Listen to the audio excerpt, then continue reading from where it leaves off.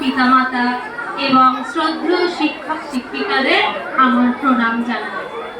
আর আমরা যাদের ছাড়া পরিপূর্ণ নয় সেই ছাত্রছাত্রীদের আমার ভালোবাসা এবং সর্বোপরি যে প্রকৃতি মায়ের কোলে আমরা বেড়ে উঠছি, সেই প্রকৃতি মায়ের কাছ থেকে আমরা শিক্ষা পাচ্ছি, সেই মাকেও আমি প্রণাম জানাই। আমরা শিক্ষক শিক্ষিকারা যাদের ছাড়া পরিপূর্ণ নই, তাদের সেই ছাত্রছাত্রীদের আমার ভালোবাসা। আমি ঈশ্বরের কাছে ছাত্রছাত্রীদের সুস্থতা এবং চেতনার বিকাশ কামনা করি। ছাত্রছাত্রীদের উদ্দেশ্যে আমার আজকের এই আবৃত্তি।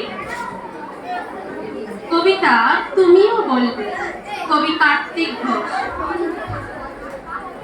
ভালো মেয়ে ঠিক কাকে বলে জানো? ভালো ছেলে মানে কি? তুমিও বলবে? সহজ প্রশ্ন, মাপ কাঠিয়ে।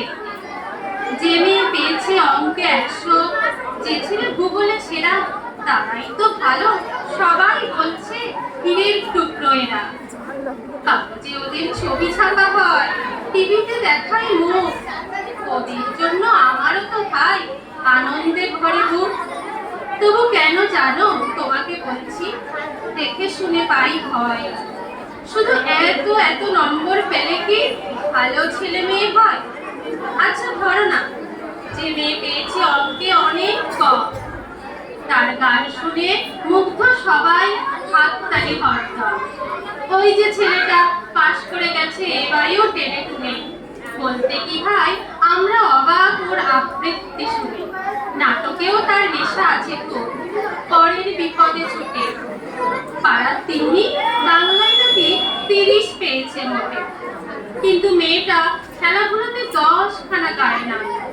সত্যিই বলো তো, তুমিও বলবে ওরা নয় কেউ দামি? চাই অনেক ইঞ্জিনিয়ার, পাশাপাশি চাই শিল্পী, খেলুড়ে, স্নেহময়ী সিস্টার। কম নম্বর পাওয়া মেয়েটা কারিগর বলি আজ। দেশটা গড়তে তার হাতে দেখো কত দরকারি কাজ। পরের দুঃখে কাতর জেনে মুখটি করেছে কালো, কম নম্বর পেয়েছে বলে কি বলবে না ওকে ভালো? অভাবের টানে কলেজে পড়েনি, ছোট দরমার বাড়ি, তবুও ছেলেটা বাবা মাকে দেখে ভাড়াতে চালায় গাড়ি। তাই বলছি কি শুধু নম্বরে হয় নাকি মাপকাঠি? ভালো ছেলে মেয়ে বলতে কি ভাই মানুষ চাইছি খাঁটি।